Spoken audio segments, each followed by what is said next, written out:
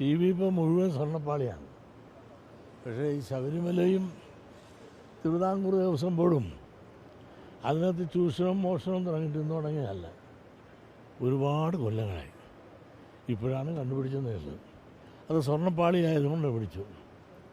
തിരുവിതാംകൂർ ദേവസ്വം ബോർഡിൻ്റെ കീഴിൽ 2251 ക്ഷേത്രങ്ങളാണുള്ളത്. അത് 51 ക്ഷേത്രങ്ങൾ മാത്രമാണ് സ്വയം പര്യാപ്തതയിൽ പ്രവർത്തിച്ചുകൊണ്ടിരിക്കുന്നത്. അതിൽ 1200 ക്ഷേത്രങ്ങൾ ഇന്ന് അതിൻ്റെ നിത്യനിർവ്വഹണങ്ങൾ നടത്തിക്കൊണ്ട് പോകുന്നത് തിരുവിതാംകൂർ ദേവസ്വം ബോർഡിൻ്റെ കീഴിലുള്ള തന്നെ ശബരിമല ഭഗവാന്റെ വരുമാനം ഒന്നുകൊണ്ട് മാത്രമാണ്. ആ വരുമാനം കൊണ്ട് മാത്രം നടന്നുകൊണ്ടിരിക്കുകയും എന്നാൽ ഈ 1200 ക്ഷേത്രങ്ങളിലും എല്ലാം സുതാര്യമായും ഭംഗിയായി നടക്കുന്നു നമുക്ക് പറയാൻ സാധിക്കില്ല. തിരുവിതാംകൂർ ദേവസ്വം ബോർഡിൻ്റെ കീഴിലുള്ള എല്ലാ ക്ഷേത്രങ്ങളിലും അതിൻ്റെ വരുമാനങ്ങളെല്ലാം സുതാര്യമാണോ ഭംഗിയായിട്ടാണോ കാലാകാലങ്ങളിൽ നടക്കുന്നതെന്ന് അതിൻ്റെ ഭരണകർത്താക്കളും ഗവൺമെൻറ് ശ്രദ്ധിക്കുന്നതല്ല. അങ്ങനെ ശ്രദ്ധിച്ചാൽ തന്നെ ഇന്ന് അതിനകത്തു നിന്നുള്ള വരുമാനം ഇന്ന് ഉള്ളതിൻ്റെ ഇരട്ടിയാകും.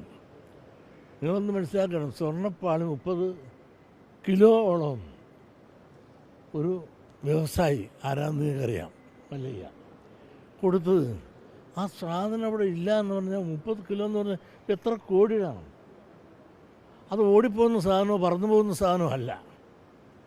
ആ സാധനം ഇപ്പോൾ കൊണ്ടുപോകാനില്ല, എടുത്തവനില്ല, കൊടുത്തവനില്ല, മേടിച്ചവനില്ല. എന്തൊരു അഴിമതിയാണ്! ഈ അഴിമതി ആര് എവിടെ ആരുടെ കാലത്ത് നടത്തി, ഇന്ന് ഇരിക്കുന്ന ഭരണകാലത്ത് നടത്തി നമുക്ക് പറയാൻ പറ്റില്ല.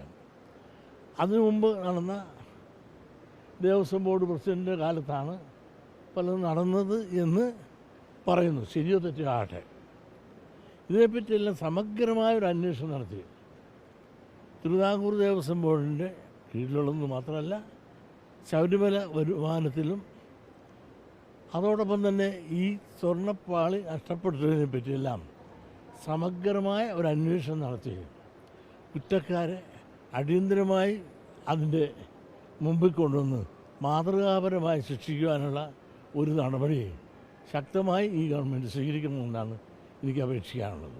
ദേവസ്വം ബോർഡിൻ്റെ ഭാഗത്തു നിന്ന് തന്നെ അതിൻ്റെ ജീവനക്കാർക്ക് തന്നെ വീഴ്ച സംഭവിച്ചിട്ടുണ്ട് എന്നുള്ളതാണ് ഇപ്പോൾ പ്രാഥമികമായി തന്നെയുള്ള ചില സൂചനകളൊക്കെ വരുന്നത്. ചെമ്പ് എന്നുള്ളതാണ് കൊണ്ടുപോകുന്ന സമയത്ത് 2019 ഞാൻ ചോദിക്കട്ടെ, ചെമ്പ് എന്ന് പറഞ്ഞാൽ എൻ്റെ താഴെ സ്വർണ്ണം എന്തേ?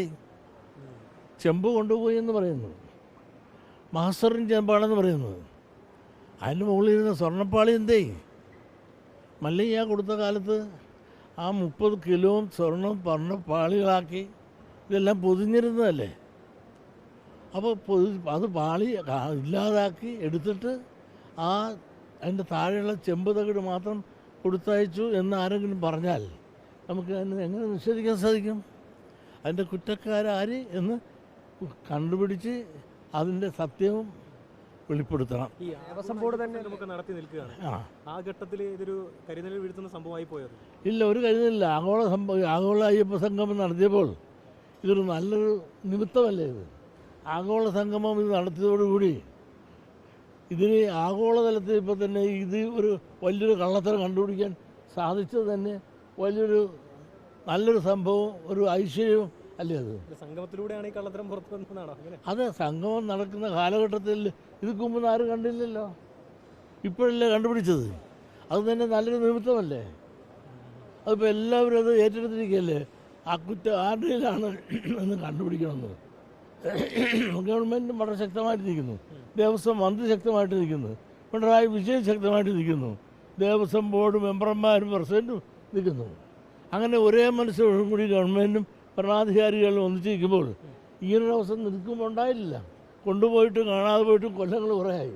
ഇതിക്ക് മുമ്പ് ഒരുപാട് ഈ അയ്യപ്പൻ്റെ അവിടെ ഒരുപാട് ചടങ്ങുകളും അതുപോലെ തീർത്ഥാടനമൊക്കെ നടന്നത്. ഇതൊരു ചർച്ചയായില്ല, കണ്ടില്ല, ആരും പറഞ്ഞില്ല. ഇപ്പോഴല്ലേ കണ്ടത്.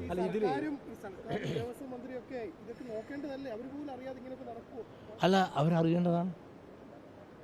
സർക്കാരിനൊക്കെ ഏറ്റവും ഉത്തരവാദിത്വം ആർക്കാണ്? ദേവസ്വം ബോർഡ് പ്രസിഡന്റും മെമ്പർമാരുമാണ്. അവരല്ലേ ഇത് ശ്രദ്ധിക്കേണ്ടതും നോക്കേണ്ടതും. മാത്രമല്ല ഹൈക്കോടതിയെ വഞ്ചിക്കുകയല്ലേ.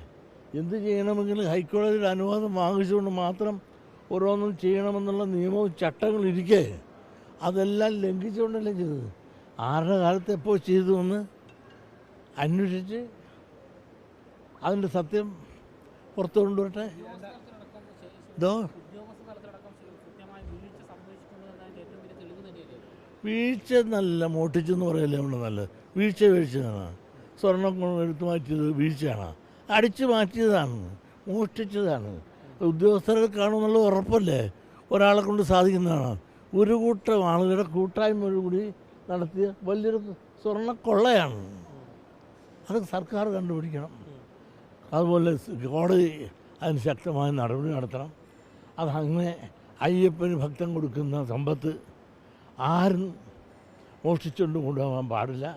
അതിന് ശക്തമായ നടപടി നടത്തണമെന്ന് എല്ലാ അയ്യപ്പ ഭക്തന്മാരും എല്ലാ മനുഷ്യരും ആഗ്രഹിക്കുന്നത് അത് തന്നെയാണ്. അതൊക്കെ രാഷ്ട്രീയമാണ്. ദേവസ്വം മന്ത്രി രാജിവെച്ചുകൊണ്ട് വല്ലതും കാര്യം അത് ഇപ്പോൾ വന്നതേ. അപ്പം രാഷ്ട്രീയക്കാർക്ക് രാഷ്ട്രീയം അതിൻ്റെ പറയാൻ രാജിവെച്ചുകൊണ്ട് പ്രശ്നം തീരുവാണ്. പിണറായി രാജിവെക്കണമെന്ന് പറയായിരുന്നു, ഭാഗ്യമായിപ്പോയി. സർക്കാരിന് ഇപ്പോൾ വന്ന് ഉത്തരവാദിത്വം അതല്ലേ ഇപ്പോൾ കണ്ടുപിടിച്ചത്. ആ ഉത്തരവാദിത്തമല്ലേ അവർ നടത്താൻ പോണത്. എന്നാൽ ഞാൻ ഇവിടെ ഇതൊക്കെ മുമ്പിരുന്നവരാ. അതെ, 19 തൊട്ടുണ്ടല്ലോ. അങ്ങനെയുള്ളവർ ആരൊക്കെ ഇരുന്ന ആ കാലത്തെല്ലാം ആ കാലത്ത് ഇരുന്നവരെല്ലാം അന്വേഷിക്കണ്ടേ. അപ്പം അന്വേഷിച്ചിട്ട് ഒരു കാര്യം കണ്ടുപിടിച്ച ഉടനെ ആ മന്ത്രി രാജിവെക്കണം.